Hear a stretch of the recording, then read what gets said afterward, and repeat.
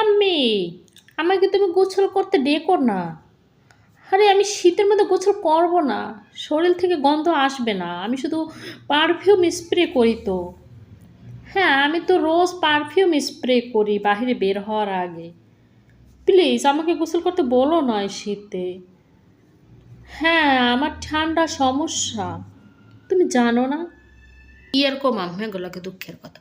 খয়রাতি যদি একটু বড় লোক হয় হেলে এই দেশা এই তো কথায় আছে না, অল্প পানির মাছ বেশি পানির মধ্যে পড়লেই লাফাইতে একশো লাফাইতে দেওয়া হয়েছে হেইয়া। আগে বলাইতে ও মো, ও মো, ও মা একটু ফ্যান দাও, একটু নুন কমাইছে, একটু কলে হেক দিয়ে একটু ফ্যান লারিয়ে দাও, খামো খিদে লাগছে।